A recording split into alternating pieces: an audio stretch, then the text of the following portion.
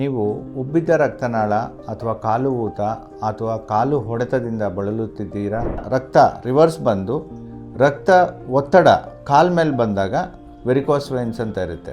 ಆ ರಿವರ್ಸ್ನ ಕಂಡುಹಿಡಿಯೋಕ್ಕೆ Venus Doppler ಅಂತ ಹೇಳ್ತೀವಿ. ಈ ರೀತಿ ನಾವು ಅಲ್ಟ್ರಾಸೌಂಡ್ ಮೆಷಿನಲ್ಲಿ OPD ಬೇಸಿಸ್ 10 to 15 ಮಿನಿಟ್ಸಲ್ಲಿ ನಿಮಗೆ ವೆರಿಕೋಸ್ ವೇನ್ಸ್ನ ಇದೆಯಾ ಇಲ್ವಾ, ಇದ್ರೂ ಯಾವ ಡಿಗ್ರಿಯಲ್ಲಿದೆ, ಇದಕ್ಕೆ ರಿಯಲಿ ಯಾವ ಥರ ಸೂಕ್ತವಾದ ಟ್ರೀಟ್ಮೆಂಟ್ ಅನ್ನೋದನ್ನು ನಾವು OPD ಬೇಸಿಸ್ ಮೇಲೆ ತಿಳ್ಕೊಬೋದಾಗುತ್ತೆ.